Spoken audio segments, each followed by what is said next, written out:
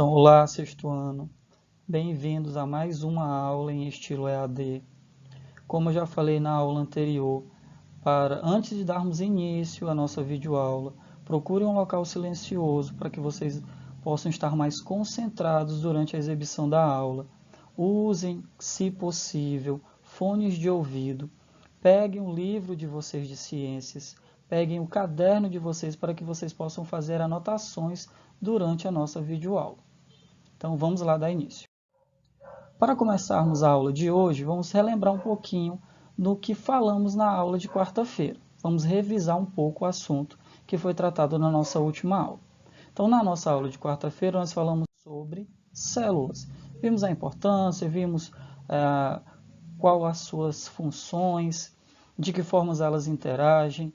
Então, olha só, falamos principalmente na aula passada sobre as partes de uma célula, sobre seus componentes. Os principais são citoplasma, núcleo e membrana plasmática. Nós vimos que essas células elas unem-se umas com as outras, formando o que nós chamamos de tecidos. Esses tecidos, por sua vez, também realizam união entre si, formando os órgãos, que também unem-se, dando origem ao sistema, e esse sistema dá origem aí ao nosso organismo. Nós vimos que existem dois tipos de células, as microscópicas, que só podem ser vistas com a utilização do microscópio, e as macroscópicas, que podem ser vistas a olho nu. Citamos até como exemplo o ovo. O ovo é um exemplo perfeito de uma célula macroscópica. Vimos que o ramo da ciência que estuda as células é chamado de citologia. Nos dias atuais que nós estamos vivenciando em relação a essa pandemia, ter um conhecimento sobre citologia é de suma importância. Fiquem atentos à nossa aula. Evitem ficarem dispersos, ok? Ficaram com dúvida? Pausa o vídeo, anota a dúvida que você teve em relação ao conteúdo que está sendo explicado para o nosso Tira Dúvida. A aula de hoje nós vamos falar novamente sobre as células, só que nós daremos início a um estudo mais minucioso. Lembra que eu falei no iníciozinho da aula que a célula tem três componentes principais, que são membrana plasmática, citoplasma e núcleo?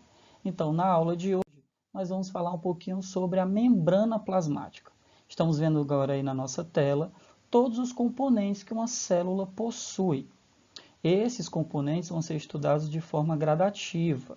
Nós vamos aí aos poucos estudando esses componentes. Mas o componente da célula que vai ser abordado nesta nossa aula é a membrana plasmática. Mas o que seria a membrana plasmática? Quais seriam as suas funções? Para que serve a membrana plasmática? Tudo isso nós vamos aprender na nossa aula de hoje. Então temos aí uma visão mais detalhada do que seria a membrana plasmática. Estamos vendo aí os seus componentes, quais substâncias a formam. Então, isso tudo nós vamos abordar na aula. Todas as células apresentam uma estrutura denominada membrana plasmática.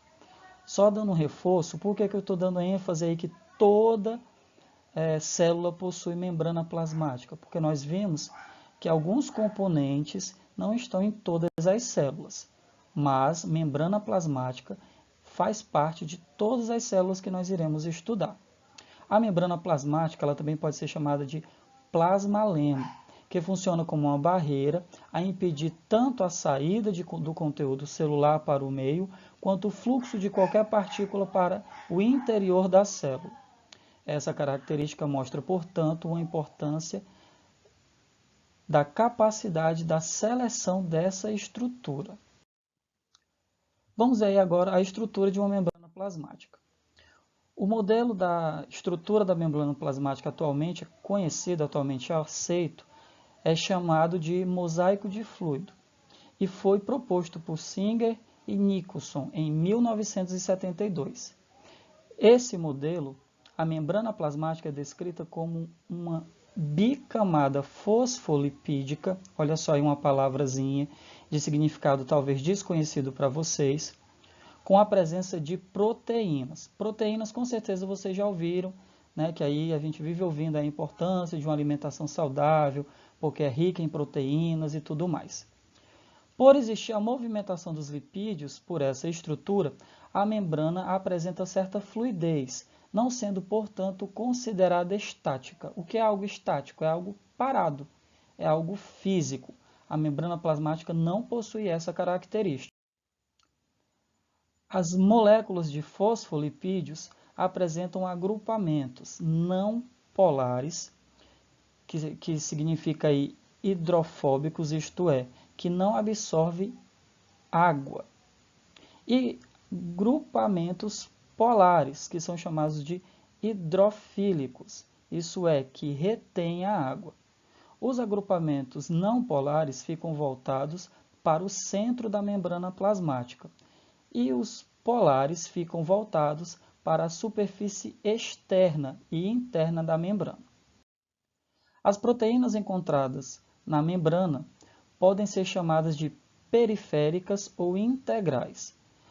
As proteínas periféricas são aquelas que não apresentam a membrana, não atravessam a membrana plasmática e estão indiretamente ligadas a ela, enquanto as integrais encontram-se inseridas na camada lipídica.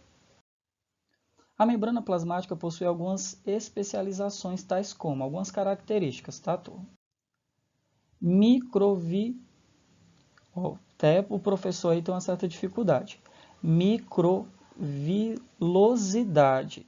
O que significa isso? Significa o quê? Encontradas em células do intestino e rins, no geral em células que possuem função de absorção. Serve para aumentar a superfície de contato com o meio externo, aumentando assim a absorção da célula. Cílios e flagelos. Cílios se encontrarão em células das vias respiratórias em grande quantidade e serão menores que os flagelos. Os cílios batem e expulsam impurezas. Já os flagelos têm função aí de transporte, em algumas células até de locomoção. Junção oclusiva. Impede a entrada de micro-organismo entre as células. Bloqueia a entrada no meio das células, principalmente de vírus, olha aí, e bactérias, e isola as duas células que estão a se unir. Desmossomos. Tem função de adesão. Une uma célula a outra. Lembra que eu falei para vocês que as células unem-se dando origem aos tecidos? Isso ocorre justamente por conta da desmoção, ok? Da adesão aí das células. Junção comunicante. Como assim, professor? As células se comunicam? Observem. Serve para permitir troca de substâncias entre uma célula e outra, principalmente de aminoácidos e água. Se ocorre interação entre uma célula e outra, elas estão se comunicando, ok, turma? E aí, quais seriam as funções da membrana plasmática? A membrana plasmática tem 3 funções: revestimento, proteção e permeabilidade seletiva, sendo aí que a permeabilidade seletiva é uma das funções mais comuns, mais conhecidas em relação aí à nossa membrana plasmática. Ela recebeu esse nome devido à sua capacidade de selecionar quais são as substâncias que vão entrar e sair da célula, através do mecanismo da permeabilidade seletiva, certo? Então, permeabilidade vai estar relacionado com com a ideia de de permitir, certo? E seletiva justamente é autoexplicativo, né? Vai ser selecionado o que entra e o que sai da nossa célula. Então, é uma das principais funções atribuídas à membrana plasmática. A membrana plasmática é extremamente fina e só é capaz de ser enxergada através do microscópio eletrônico.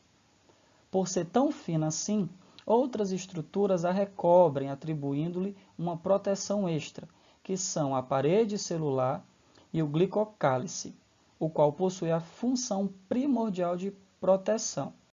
Falando aí um pouquinho do glicocálice, tem uma curiosidade sobre ele. Com certeza vocês já ouviram falar sobre transplante de órgãos. Agora, como é que é possível a gente pegar o órgão do corpo de uma outra pessoa e transplantar em uma outra? Justamente por conta, turma, do glicocálice. Olha só. Nos animais, o glicocálice também terá a função de reconhecimento celular, sendo, por exemplo, de grande importância em transplantes. Assim, quanto mais parecido for o glicocálice de uma pessoa com o de outra, mais fácil a compatibilidade de doação, ou seja, a probabilidade de haver uma rejeição de um órgão é quase zero. A parede celular não se encontra presente em células animais, apenas em células vegetais e algas, sendo composta por celulose, olha aí uma palavrinha nova para muitos de vocês, fungos, sendo composta por quitina, um carboidrato polissacarídeo, uma outra palavra aí que para muitos de vocês vai ser desconhecida, mas que aos poucos vocês vão entender, porque essas substâncias também serão estudadas por vocês. E também bactérias, tendo sua composição, tendo em sua composição glicose, açúcares e proteínas. Então nós estamos vendo aí na nossa tela a imagem de uma bactéria e de uma célula vegetal. Além da membrana plasmática, nesses dois tipos de células também vão ser encontrados uma estrutura chamada parede celular. Agora a gente vai falar sobre a importância da membrana celular. A membrana é de suma importância para a manutenção da vida da célula. Se não houvesse membrana plasmática, a célula não teria vida. Consequentemente, nós também não teríamos vida, já que as células são consideradas unidade fundamental dos seres vivos, pois suas funções garantem o bom funcionamento da célula. Os organismos estão realizando a todo momento um troca-troca, né? E isso ocorre de três formas. E nós vamos ver de que três formas são essas. Existe aí o processo passivo, ocorre através da membrana plasmática sem gasto de energia. Vamos entender aqui um pouquinho melhor. Professor, então quer dizer que durante o processo passivo, não há aí, a célula, aliás, ela não gasta energia? Não, por isso que ele é chamado dessa forma, de processo passivo. Tentando igualar a concentração da célula com o meio externo. Então, nós temos aí dois meios quando nós estamos falando de células. O meio intracelular, que é aí dentro da célula, e o meio extracelular. Então, nós ouviremos a partir de agora muito essas expressões intracelular, extracelular, gasto de energia, não gasto de energia. Então, quando nós falamos de processos passivos, nós falaremos aí principalmente de difusão e osmose. Vamos entender aí mais um pouco o que seria difusão e osmose e de que forma esses processos ocorrem. Vamos primeiro falar um pouco sobre a difusão. Lembrando, turma, mais uma vez, acompanhe a nossa aula com o livro, sempre acompanhando as explicações com o livro. Então, difusão consiste na passagem das moléculas do soluto do local de maior para o local de menor concentração, até estabelecer um equilíbrio. É um processo lento, exceto quando o gradiente de concentração, o que é gradiente? A quantidade de concentração for muito elevado ou as distâncias percorridas forem muito curtas. A passagem de substâncias através da membrana se dá em resposta ao gradiente, ou seja, a quantidade de concentração. Olha que interessante. Vi ali, citei para vocês agora a palavra soluto. O que é soluto? É o que pode ser dissolvido. Exemplo, quando eu estou querendo tomar aquele suco, a gente utiliza ali para adoçar o nosso suco o açúcar. O açúcar seria ali então o exemplo de soluto. Já que nós estamos falando de soluto, o nosso suco seria chamado de solvente. Não sei se vocês já ouviram a expressão, mas a água é considerada o quê? Solvente universal, porque ela dissolve muitas substâncias. Essas substâncias que a água dissolve são chamadas de soluto. Tá ok? Então deixa eu explicar um processo mais simples para vocês em relação ao que seria a difusão. Lembrando, é um processo no qual a célula não gasta energia, né? Ocorre aí interação, ocorre aí troca entre o meio interno e o meio externo da célula, porém não há aí gasto de energia por parte da célula. Vamos imaginar, por exemplo, você pegar um comprimido, o comprimido aí seria o nosso soluto. E aí você coloca esse comprimido num copo com água. A água seria o nosso solvente. Então, aí a concentração vai ser maior na água ou no comprimido? Vai ser maior no comprimido. E aos poucos, de forma lenta, esse comprimido vai ser dissolvido, porque o objetivo aí vai ser sempre estabelecer um equilíbrio, né, de concentração. Então, isso que eu acabei de explicar para vocês pode ser observado nessa imagem que eu coloquei no slide. O comprimido, de forma lenta, vai se dissolvendo até ocorrer o equilíbrio entre os meios. Osmose. A água se movimenta livremente através da membrana plasmática. Ó, como eu falei inicialmente, a nossa água aí vai ser o nosso quê? Soluto ou solvente? Muito bem, turma, a água vai ser o nosso solvente. Então, a água ela tem aí essa característica, ela se movimenta livremente em relação à nossa membrana plasmática. Sempre do local de menor concentração de soluto para o de maior concentração, porque o objetivo sempre vai acontecer o quê? O equilíbrio. A pressão com a qual a água é forçada a atravessar a membrana plasmática é chamada de pressão osmótica. Então, lembra. Temos água nas nossas células? Claro que temos, por isso que é tão importante nós estarmos sempre bebendo água, para que nós possamos aí hidratar as nossas células, porque elas necessitam de água. E nós já vimos que a água é o nosso solvente, certo? E quando há aí uma diferença entre a concentração, entre o gradiente do soluto, a água tende a ir sempre do meio que tem menos concentração de soluto para um meio onde tem maior concentração de soluto, para que aconteça aí um equilíbrio. E a força, né, com que essa água atravessa a nossa membrana plasmática é chamada de pressão osmótica. A osmose não é influenciada pela natureza do soluto, mas pelo número de partículas. Como assim, Jean? Como assim a osmose não é influenciada pela natureza do soluto? Não importa de que soluto nós estamos falando. O que vai ser levado em consideração vai ser a quantidade que ele se localiza no meio. Lembra que no exemplo anterior eu usei como exemplo de soluto o comprimido? Então, o soluto pode ser o comprimido, o soluto pode ser o açúcar, como eu expliquei na questão do adoçar o suco. Então, não importa qual é a natureza do soluto, mas sim a quantidade de soluto existente no meio.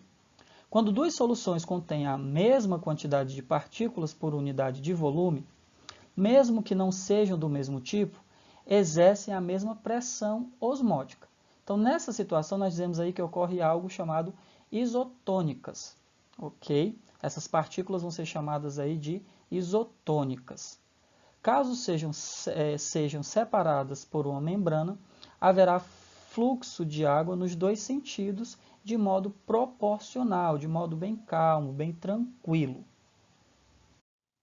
Quando se encontram soluções de concentrações diferentes e que possuem mais soluto e, portanto, maior pressão osmótica, é chamada de hipertônica. E a de menor concentração de soluto e menor pressão osmótica é chamada de hipotônica. Separados por uma membrana, há maior fluxo de água de solução hipotônica para hipertônica, até que as duas soluções se tornem isotônicas. Então lembra, né? Hipertônica tem maior concentração de soluto e a hipotônica tem menos concentração de soluto. Quando a gente coloca uma solução hipertônica para interagir com a hipotônica, o objetivo delas elas vão se tornar, né, nesse processo, isotônicas, porque o objetivo é sempre o equilíbrio entre a quantidade de soluto existente aí em cada substância, em cada meio. Tá aí, galera, um exemplozinho do que eu falei anteriormente.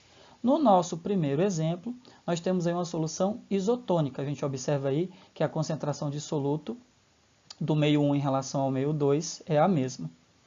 Na segunda solução aí, no exemplo 2, nós temos uma solução hipertônica, né?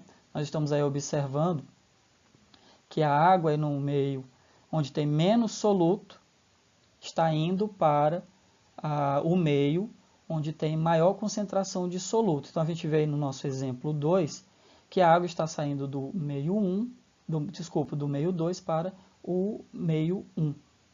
E no exemplo 3, nós estamos vendo aí o contrário, né? Solução hipotônica. Temos aí no ambiente 1 uma grande concentração de água, mas a gente está vendo aí uma pouca concentração de soluto. Já no ambiente 2, há uma grande concentração de soluto, então a água tende a ir deste meio, chamado aí, nesse caso, de solução hipotônica. Ok, turma? Professor, mas essas palavras são tão complexas. Até eu, turma, na hora de pronunciar algumas palavras, vai ter ali uma certa gagueira, né? Vocês sabem, tio de vocês, aí na hora das aulas, né, de vez em quando dão umas gaguejadas, mas nada disso vai influenciar no nosso aprendizado. O importante é a gente aprender o conceito, saber o significado das coisas. E com o passar do tempo, a gente acaba aí pronunciando as palavras de forma correta. Então, existem soluções isotônicas, onde aí a concentração de soluto é a mesma. Existem aí solução hipertônica, onde a concentração de soluto é bem maior. E aí, hipotônica, que seria aí aquela situação onde a concentração de soluto é menor. Olha só uma coisa interessante, turma. A osmose pode provocar alteração no volume celular. O que seria isso? A osmose ela pode provocar diminuição ou aumento de uma célula. Coloquei aí um exemplo, essa imagem, essas células vermelhas aí são hemácias humanas, ou seja, são células encontradas no nosso sangue, por isso que o nosso sangue tem aquela coloração avermelhada. Então, olha só, uma hemácia humana é isotônica em relação a uma solução de cloreto de sódio. Caso seja colocada em um meio com maior concentração, ela vai perder água e, consequentemente, murcha. Se ela for colocada em um meio mais diluído, ou seja, hipotônico, onde tem uma maior concentração de água, ela vai acabar absorvendo essa água por osmose, que é o que nós estamos explicando, e aumenta o seu volume, podendo até ocorrer um rompimento dessa célula, que é chamado de hemólise. Ok, turma? São palavras difíceis de serem pronunciadas, são palavras que vocês ainda não estão habituados a trabalhar com elas, mas com o passar do tempo, com os estudos, né, dos nossos capítulos de ciências, vocês vão se adaptar a essas palavras, ok? Agora vamos falar um pouquinho da nossa atividade, para finalizarmos a nossa aula. A atividade que vocês vão realizar no livro, certo? Que vocês vão me enviar lá por meio da sala virtual do Google Classroom, está aí nas páginas 78, 79 e 80. Vocês vão responder as 6 questões relacionadas a essas 3 páginas. Então, turma, eu espero que com essa videoaula vocês possam ter compreendido, ter dado início aí a um estudo fantástico que nós vamos realizar durante o nosso ano. Não importa se essas nossas aulas de início a esse assunto estão sendo à distância, mas o importante é nós não desanimarmos em relação aos nossos estudos. É importante estudar, sim. Então mantenham o foco. Eu estou junto com vocês nessa caminhada. Eu também estou sentindo uma diferença muito grande. Eu sinto falta do ambiente da sala de aula, mas essa fase, esse momento, ele vai passar e nós vamos sair bem mais fortificados em relação ao que nós éramos antes dessa pandemia. Então, galera, um abraço. Vão agora aí realizar a atividade de vocês e até a nossa próxima aula.